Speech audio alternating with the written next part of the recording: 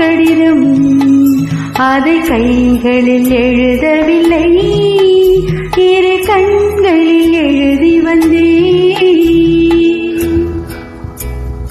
அன்புள்ள மான்விழியே, ஆசையில் ஓர் கடிதம் நான் எழுதுவதென்னவென்றால், உயிர் காதலில் ஓர் கவிதை.